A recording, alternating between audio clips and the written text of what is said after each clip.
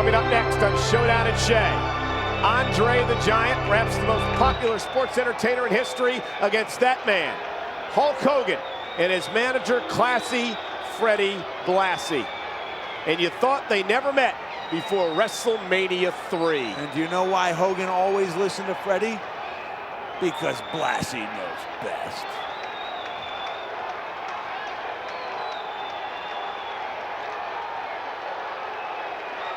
Sounds strange, doesn't it, Cole, to hear Hogan getting booed, but booed he is. This crowd wants nothing to do well, Hogan being strongman. Was very new to the WWE at this point.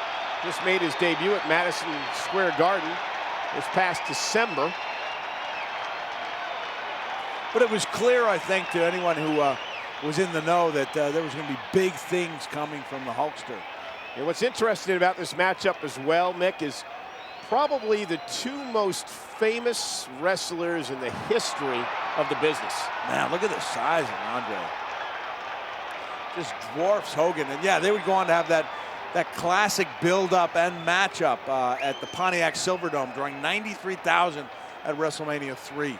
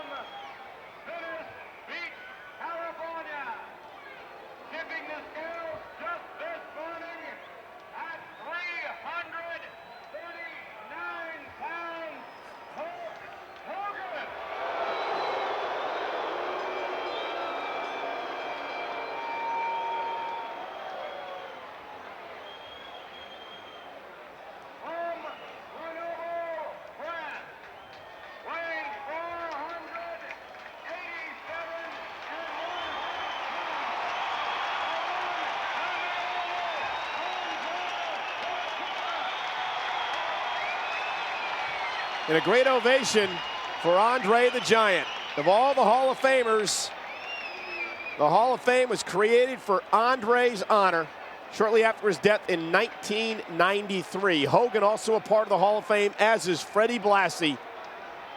A classic matchup between these two great superstars. You know, I had a chance to wrestle Andre a couple of times in Japan in 1991, just a couple of years before his death. And even at an age and a time when he was, really starting to struggle physically, he still had that aura of invincibility, especially among the Japanese fans who were so big on tradition and respected everything Andre represented in professional wrestling. Look at how huge Andre is compared to Hulk Hogan, who is not a small man by any stretch of the imagination. Hogan's a huge man, but Andre was just awesome. I mean, similar to wrestling the Big Show or the great Khali, but Andre, because he was the first of the really massive guys, I think stands out in people's minds as being the true giant in professional wrestling. Why was Andre so well loved by everybody all over the world? Well, it seems that you could, kind of see, certain fans could see past or through certain things, and I think over time people could really tell Andre was a good guy. He loved life. According to Timmy White, who was one of his best friends and who we all know behind the scenes at WWE, was a former referee. Andre understood, that he was not going to live to be a very old man. He just kind of made up his mind to really enjoy every day of his life, and did just that, and brought, happiness to so many people, so many millions of people over the years. Well, you just witnessed classic Andre, but also classic Hogan. Hogan was so awesome at being able to use his expressions, both his facial expressions and his body language, to be able to get the crowd riled up. And he went on to become the master at that. And Hogan, look at these two shirtless guys wandering in. Where are their credentials? I just wonder. How does somebody get a standing perch like that without wearing a shirt? Kevin Dunn would have that guy ejected from the building almost immediately these days. But again, Hogan, at this point, he'd yet to really make his name for himself. That would come later in his stint with AWA, and especially through the Rocky III movie, but clearly, I mean, he was going to be a force to be reckoned with. I mean, Hogan and Andre really at this time had become a part of pop culture. As you mentioned, Hogan playing Thunder Lips in Rocky III. Who will ever forget that scene where he actually picks up Sylvester Stallone and throws him over the top rope? And remember at the Hall of Fame ceremony, Sylvester Stallone telling a great story about how intimidated he was and worried he was about that part of the movie. Because Hogan was so big and looked so vicious and mean. And to this day, that's a great scene in the movie. And Stallone, I will always appreciate the respect he showed professional wrestling in the way that he chose to portray Hogan and the way he chose to film that scene. And of course, Andre was brought into to movie stardom by a longtime wrestling fan, Rob Reiner, who cast Andre in The Princess Bride. And a great movie. He was Fezzik, the rhyming giant. Remember the character played by Wallace Shawn, whose big tagline or catchphrase we say is inconceivable. And Andre, as Fezzik, would continually rhyme, and Wallace Shawn said, "No more rhyming, and I mean it." And Andre said, "Anyone want a peanut?" Great stuff, right? And these two stars, Mick, really responsible for turning the WWE from a small territorial promotion into a global phenomenon. Both Andre, the forerunner, and then, of course, Hogan to follow in his footsteps. Yeah, and I'd say that matchup they had at WrestleMania 3 was as responsible as any matchup in the history of WWE in creating that global phenomenon. 7 years later, 7 years after Showdown at Shea, they'd meet at the Pontiac Silverdome, WrestleMania 3, an indoor attendance record. Over 90,000 fans would witness the slam heard around the world when Hulk Hogan would lift Andre the Giant off his feet and slam him to the mat. Although, if you've ever been a guest to one of Harley Race's barbecues, as I have been, you will see an old black and white photo of Harley Race slamming the Giant. But perception, I don't know if you've ever heard this, perception is reality, Michael. Really? And if the perception was that Andre had never been slammed, then my goodness, he'd never been slammed. I heard stories about Andre, too, that you really would not want to make the man mad. No, because apparently, it took a lot to make him mad, but when he did, there would be a price to pay. I also heard stories how you couldn't sit on a bar stool with Andre without drinking about a gallon of beer. And he wouldn't let you leave. He'd been known to put away some alcohol. And, of course, at ringside, we'd be remiss if we didn't talk about probably... Look at the hair on Hogan's back. In my mind... he's a hairy back. One of the classiest men in the history of sports entertainment. One of the greatest gentlemen that I ever had the privilege of sitting with and talking to and spending time with and working with in Freddy Blassie. I mean, just an absolute gentleman. Oh, Freddy was such a classic. He offered so much, not only for generations of wrestling fans, but music fans as well with his rendition. Not his rendition, the only rendition of Pencil Neck Geek. Pencil Neck Geek, grit-eating freak, blank-sucking his pea head with a lousy on physique. The first wrestling album, He's right? a one-man, no-good losing streak.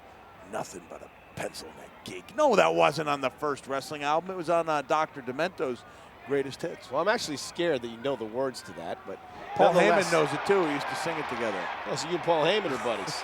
Anyway, see Blassie consoling Hogan. One of the greatest things that Freddie used to do when he retired from wrestling, he used to love to play Santa Claus. Every year he'd come to the Titan Towers, he'd play Santa Claus for all the kids, the WWE employees, and that is the one thing that he looked forward to every single year.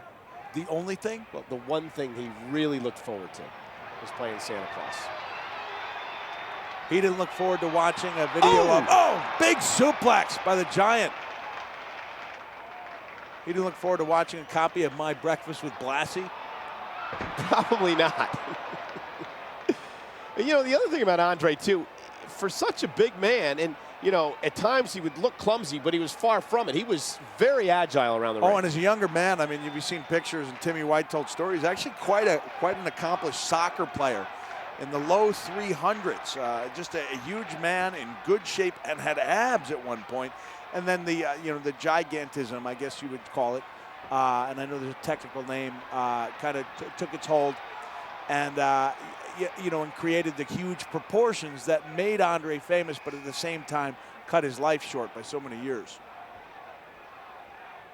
Two powerful men Their first meeting. You see Hogan trying to slam Andre there. He can't do it. Andre's got that hammer lock. Still, Hogan would go on, like we mentioned, to WrestleMania 3 for the slam heard round the world. Now look how ardently the Japanese journalists are snapping these photos at this time, and to this day, both these men are such a legendary part of. Oh, Gilberto Roman goes down. And Andre was able to slam Hogan, which at that point was a rare feat. Hogan was almost untouchable in his WWE TV matches. Not quite sure. Well, this really wasn't a WWE TV match. But but people who have been accustomed to WWE TV matches would have found the slam to be unusual. And Andre showing compassion for the referee and Hogan right out of the playbook of Blassie. Hey, you remember what happened? Look at this. Oh, big slam. There it is. We talked about it. The referee's down, but we talked about the fact that Hogan had slammed Andre at WrestleMania 3. It actually happened, ladies and gentlemen. You witnessed history 7 years earlier in the Showdown at Shea.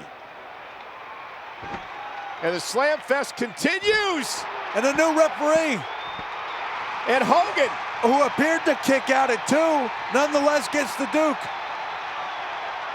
Well, Hogan's got a beef, I believe. A legitimate beef. Yeah, he kicked out at 1.5. But there's no instant replay in the Showdown at Shea.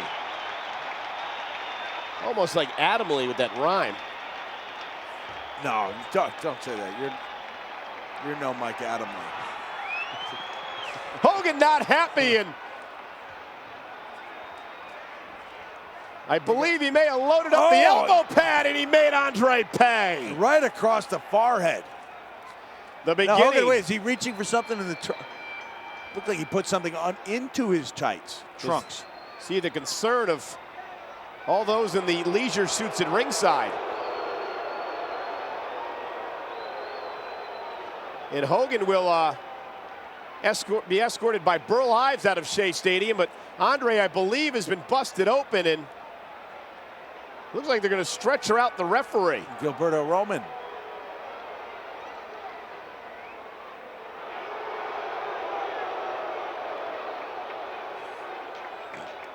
They really are stretching out the referee. Wouldn't want to put a neck brace on him or anything. Make sure he.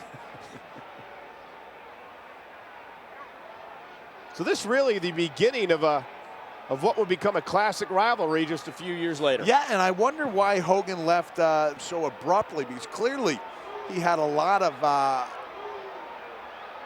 Oh man, Andre's really busted open.